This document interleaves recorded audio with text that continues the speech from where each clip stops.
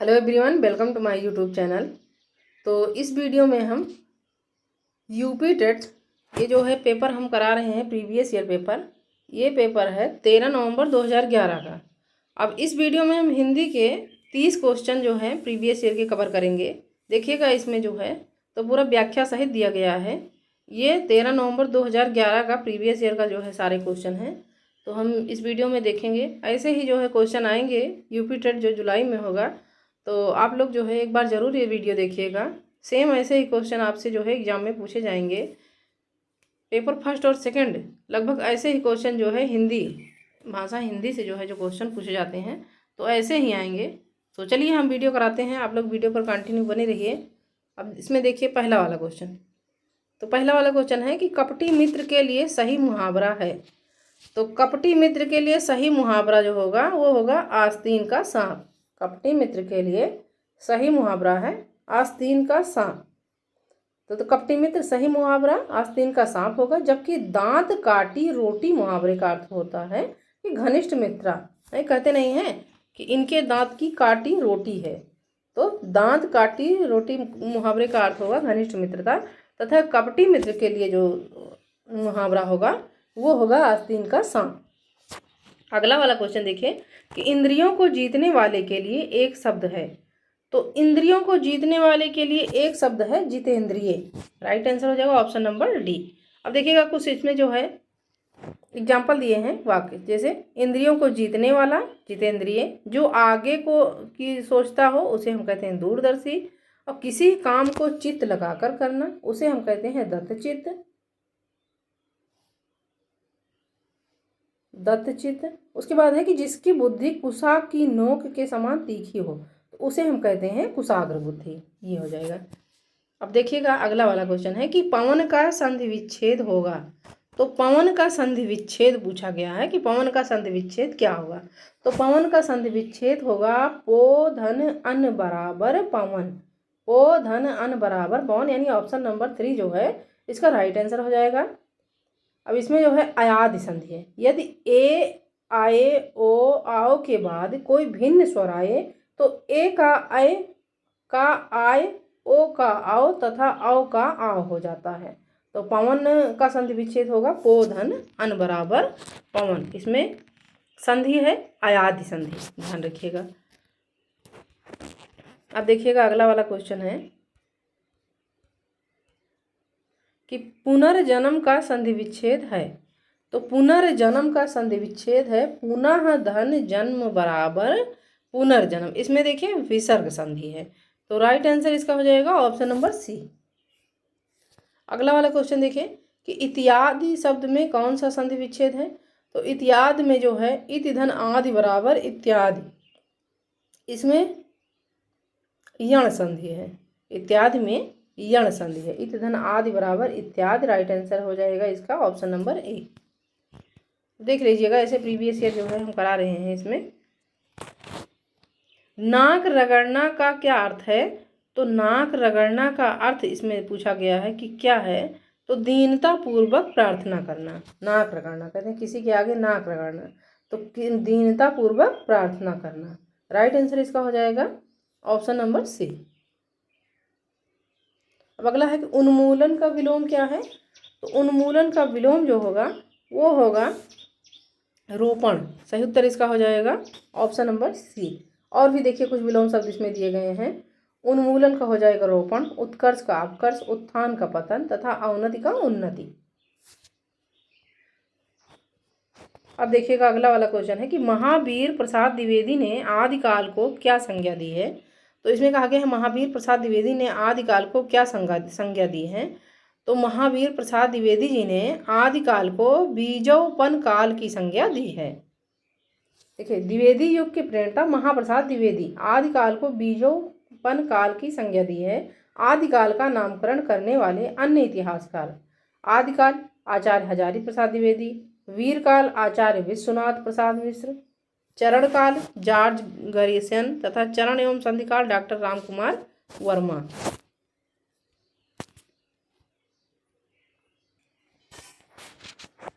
अब अगला क्वेश्चन है कि अति सूधो स्नेह को मार्ग है, किसकी पंक्ति है। तो अति सूधो स्नेह को मारक, ये है घनानंद की पंक्ति। सही उत्तर इसका हो जाएगा ऑप्शन नंबर डी।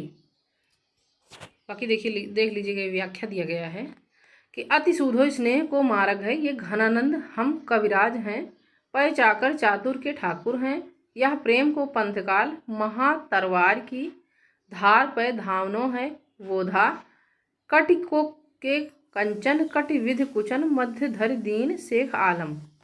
ये दिया गया है व्याख्या। अब अगला वाला क्वेश्चन देखिए कि कालिंदी का पर्यायवाची क्या है। कालिंदी का पर्यायवाची जो होगा वो होगा यमुना। राइट आंसर इसका हो जाएगा ऑप्शन नंबर डी।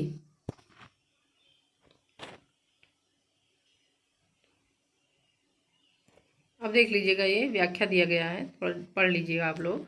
हम अगला क्वेश्चन कराने जा रहे हैं कि आधुनिक हिंदी साहित्य की पहली आत्मकथा के लेखक कौन माने जाते हैं। तो आधुनिक हिंदी साहित्य के पूछा गया है कि आधुनिक हिंदी साहित्य की पहली आत्मकथा के लेखक, तो ये माने जाते हैं बाबू श्याम सुंदर दास। बाबू श्याम सुंदर दास आधुनिक हिंदी साहित्य की पहली आत्मकथा के लेखक माने जाते हैं। अब इसमें देखिए कि आधुनिक हिंदी साहित्य की पहली आत्मकथा के लेखक बाबू श्याम सुंदर दास कृत मेरी आत्मकहानी 1941 में जो है इन्होंने दिया था को माना जाता है। हरिवंश राय बच्चन ने अपनी आत्मकथा 4 भागों में लिखी है, जो इस प्रकार है। अब देख लीजिएगा, हरिवंश राय बच्चन की आत्मकथा है क्या भूलूं क्या याद करूं, इसको इन्होंने लिखा है 1969 में। नीड़ का निर्माण फिर ये है 1970, बसेरे से दूर 1978 तथा 10 द्वार से सोपान तक ये 1985 आदि हैं। उसके बाद देवेंद्र सत्यार्थी की आत्मकथा 2 भागों में प्रकाशित है। प्रथम भाग है चांद सूरज की वीरन, ये दिया है इन्होंने 1952 में, तथा द्वितीय भाग नील यक्षिणी 1985 में। जबकि सन 1941 ईस्वी में बनारसी दास जैन ने ब्रजभाषा पद में अर्धकथा की रचना की, जिसे हिंदी का प्रथम प्राचीनतम आत्मकथा माना जाता है। तो पूछा गया है कि आधुनिक हिंदी साहित्य की पहली आत्मकथा के लेखक कौन है, तो वो हैं बाबू श्याम सुंदर दास। हरिवंश राय के बच्चन की कितनी आत्मकथा है, तो वो है 4।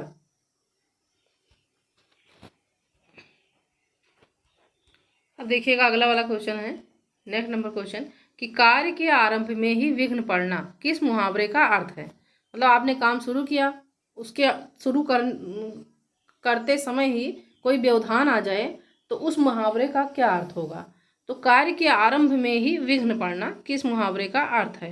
तो राइट आंसर हो जाएगा इसका कि सिर मुड़ाते ही ओले पड़ना। सही उत्तर इसका हो जाएगा ऑप्शन नंबर सी। अब अगला वाला क्वेश्चन देखिए कि किस कवि को कवियों का कवि कहा जाता है। अब कवियों का कवि जो है किस कवि को कहा जाता है, तो इसका सही उत्तर हो जाएगा शमशेर बहादुर सिंह को। कवियों का कवि तो ये कहा जाता है शमशेर बहादुर सिंह को। अब देखिएगा, इसमें थोड़ा व्याख्या आप लोग देख लीजिए कि शमशेर बहादुर सिंह को कवियों का कवि कहा जाता है। शमशेर प्रेम और सौंदर्य के भी कवि हैं। शमशेर बहादुर सिंह नई कविता के प्रमुख कवि हैं तथा शमशेर बहादुर दूसरे सप्तक के कवि हैं। इनकी प्रमुख काव्य संग्रह कुछ कविताएं, कुछ और कविताएं चुकी भी हों, नहीं मैं, इतने अपने वास, उदिता, अभिव्यक्ति का संघर्ष, बात बोलेगी, काल तुमसे होड़ है, मेरी कहीं बहुत दूर से सुन रहा हूँ, सुकून की तलाश आदि है। ये सारी जो है कविताएं, तो ये शमशेर बहादुर सिंह की हैं। कवियों किस कवि को कहा गया है, कवियों का कवि तो है शमशेर बहादुर सिंह को। सही उत्तर इसका हो जाएगा ऑप्शन नंबर बी। अगला है कि दशरथ सुत तिहु लोक बखाना और राम नाम का मरम है आना किस रचनाकार की पंक्तियां हैं। तो ये पूछा गया है, ये पंक्तियां जो है किस रचनाकार के हैं। तो इसका सही उत्तर हो जाएगा ऑप्शन नंबर बी कि कबीर की। अब देखिए कि दशरथ सुत तिहु लोक बखाना राम नाम का मरम है आना, ये है कबीर की। और साखी शबद शबदी दोहरा कही कहनी अफखान। अब अगला देखिए तुलसीदास की कि भगत निरूपहि भगत कली निंदहि वेद पुराण केशव केसनि अस करी बैरिहूँ जस न करहीं। ये है तुलसीदास की। अब नेक्स्ट देखिए कि ये चंद्र बदन मृगलोचन बाबा कही कही जेहि बूझत श्याम कौन तू गोरी। तो यह है केशवदास जी की। अगला है कि कहाँ रहत काकी है बेटी देखी नहीं कहूँ ब्रिजखोरी। तो ये रचनाएं हैं सूरदास जी की।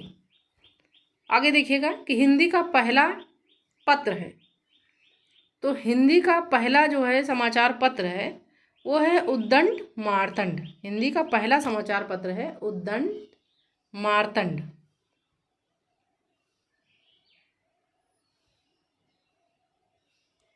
ये क्वेश्चन हुआ था 45 नंबर। अब आइए देखिएगा 46 नंबर क्वेश्चन देख लीजिए कि चिंतामणि किसका निबंध संग्रह है। तो चिंतामणि पूछा गया है कि किसका निबंध संग्रह है। तो ये है आचार्य रामचंद्र शुक्ल जी का। चिंतामणि जो है तो ये आचार्य रामचंद्र शुक्ल जी का निबंध संग्रह है। अब नेक्स्ट क्वेश्चन देख लीजिएगा। अगला क्वेश्चन है कि काशी नागरी प्रचारणी सभा की स्थापना किस वर्ष हुई है। तो काशी नागरी प्रचारणी सभा की स्थापना ये हुई है 1893 ईस्वी में। सही उत्तर इसका हो जाएगा ऑप्शन नंबर फर्स्ट।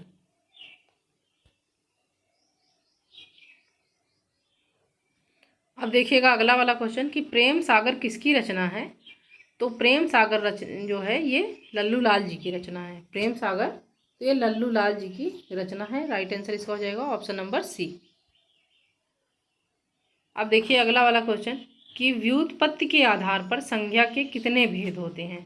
तो व्युत्पत्ति के आधार पर संज्ञा के 3 भेद होते हैं। पहला है रूढ़ संज्ञा, दूसरा है यौगिक संज्ञा तथा तीसरा है योग रूढ़ संज्ञा। ठीक है। अब देखिए अर्थ दृष्टि से संज्ञा के 5 प्रकार होते हैं। व्युत्पत्ति के आधार पर संज्ञा के 3 भेद होते हैं तथा अर्थ की दृष्टि से संज्ञा के 5 प्रकार के भेद होते हैं। अब अर्थ की दृष्टि से देख लीजिएगा कि व्यक्तिवाचक, जातिवाचक, भाववाचक, समुदायवाचक तथा द्रव्यवाचक संज्ञा। ध्यान में रखिएगा कि व्युत्पत्ति के आधार पर संज्ञा के 3 भेद होते हैं तथा अर्थ के आधार पर संज्ञा के 5 भेद होते हैं। अब अगला वाला क्वेश्चन देखिए। तो नेक्स्ट नंबर क्वेश्चन ये है कि हिंदी के शब्दों का लिंग निर्धारण किसके आधार पर होता है। तो हिंदी के शब्दों का लिंग निर्धारण जो होता है वो होता है संज्ञा के आधार पर। हिंदी के शब्दों का लिंग निर्धारण संज्ञा के आधार पर होता है। जैसे राम, हरि, मोहन पुल्लिंग, सीता, राधा, गीता स्त्रीलिंग है। अगला है कि कारक के कितने भेद होते हैं। तो कारक के पूछा गया है कि कारक के कितने भेद होते हैं। तो कारक के 8 भेद होते हैं। देखिएगा कर्ता कारक, कर्म कारक, करण कारक, संप्रदान कारक, अपादान कारक, संबंध कारक, अधिकरण कारक तथा संबोधन कारक। अब हिंदी में 8 तथा संस्कृत में 6 कारक होते हैं। ध्यान रखिएगा कि हिंदी में जो है कर्ता के 8 कारक होते हैं तथा संस्कृत में कर्ता के 6 कारक होते हैं। ये जो है आप लोग ध्यान में रखिएगा।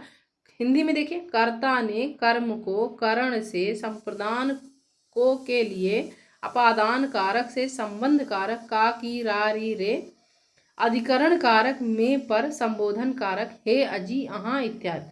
तो हिंदी में कारक के 8 भेद होते हैं और संस्कृत में कारक के 6 भेद होते हैं।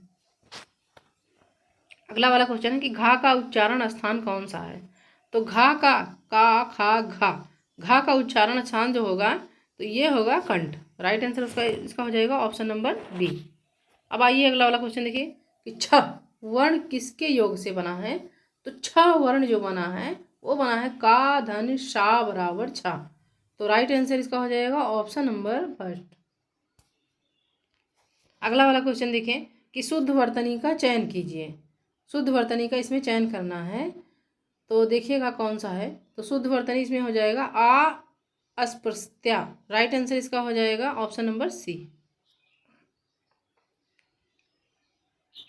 अगला है कि कवि का स्त्री लिंग है। देखिए बहुत ही महत्वपूर्ण क्वेश्चन है ये जो है यूपी टेट, सुपर टेट और भी जो है कॉम्पिटिटिव एग्जाम की परीक्षाओं में ये जो बहुत पूछा जाता है कि कवि का स्त्रीलिंग है। तो कवि का स्त्रीलिंग है कवयित्री। सही उत्तर इसका हो जाएगा ऑप्शन नंबर सी। अगला है कि तरणि का पर्यायवाची शब्द है। तरणि का इसमें पर्यायवाची शब्द पूछा गया है। तो तरणि का पर्यायवाची शब्द होगा सूर्य।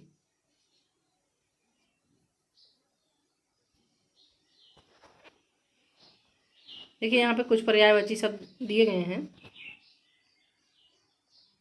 तरण का पर्यायवाची शब्द सूर्य है।